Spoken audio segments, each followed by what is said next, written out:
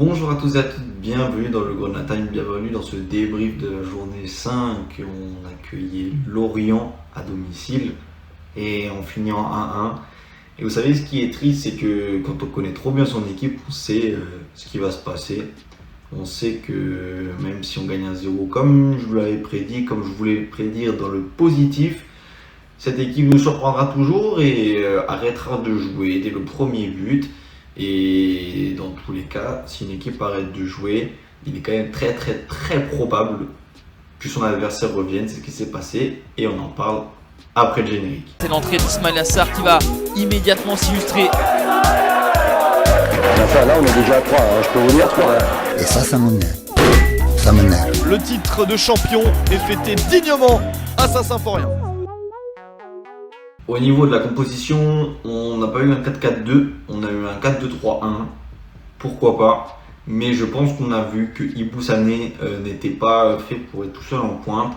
Et je pense que c'est quelque chose qui aurait dû être remarqué avant. Bon, on est encore en début de saison, on peut régler la mire, on peut régler les derniers détails. Maintenant, si on a envie de mettre Ibou Sané, je pense qu'il faut l'épauler. À 19 ans, c'est normal, tu peux pas tenir une attaque, tu peux pas devenir ce goléador. L'image de Cheikh Sabali en est très bien la preuve, puisque c'est lui l'homme forme chez nous, en tout cas dans le caractère offensif.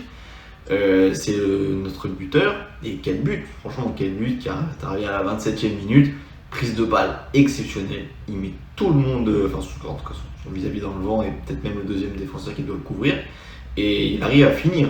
Ça c'est surtout le problème qu'il fallait régler chez Sabali, c'est qu'il arrive à finir.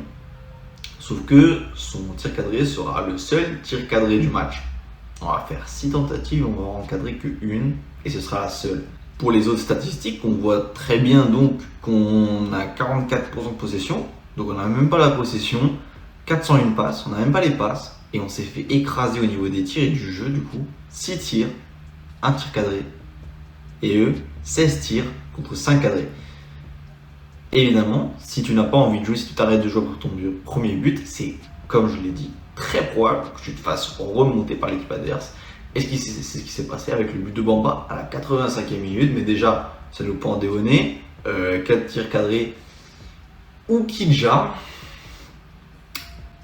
a sorti un match correct, mais je ne le sens pas dans une bonne saison. L'année dernière, il était exceptionnel, pourtant je sais qu'il s'en est pris des buts, mais c'était la faute de la défense.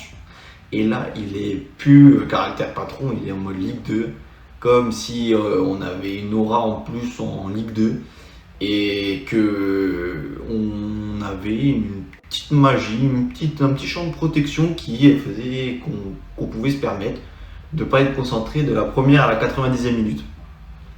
Sauf qu'il faut l'être, et il en a fait des boulettes, et voilà, il y a un arrêt qui est un peu chanceux aussi, où le joueur orienté lui tire complètement dessus. Il y a quand même 2-3 actions qui passent pas très loin, où il n'est pas impérial.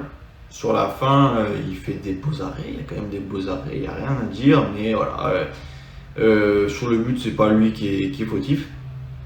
Il n'en reste pas moins que franchement je ne suis pas rassuré cette saison. Pour l'instant il m'a pas reprouvé que voilà, il allait faire une saison de taille patron comme l'année dernière, où là vraiment exceptionnel, concentré de la première à la 90e minute, sauf quelques matchs où on se prend des torgnoles. Voilà, je vais pas choisir un mot plus élevé en termes de vocabulaire, puisque c'était le cas. Mais on se fait égaliser donc à cette 85e minute par Bamba, leur buteur phare qui ouvre enfin son compteur but.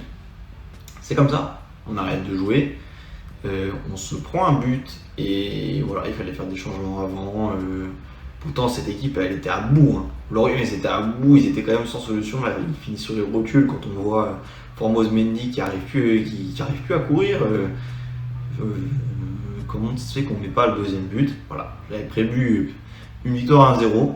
Au final, on a eu le 1-1. J'avais peut-être dû aussi dans l'avant-match. C'est pas grave. On aurait quand même été bien inspiré de repasser leader, tout simplement. Donc, on serait repassé devant Bastia. Au moins, on évite le pire, entre guillemets. Voilà. Mais c'est un match très tiède, un match très blanc, un match très pauvre. De notre part, en tout cas. Les Lorientais, ils ont continué à y croire et le chassé a été tué par le chasseur.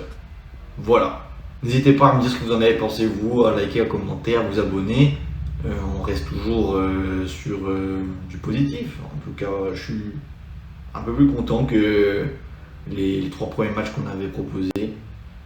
Mais voilà, quand on a des mots profonds, il est rare que ça s'en aille en un claquement de doigts et une victoire face au Paris FC. Ciao les gars.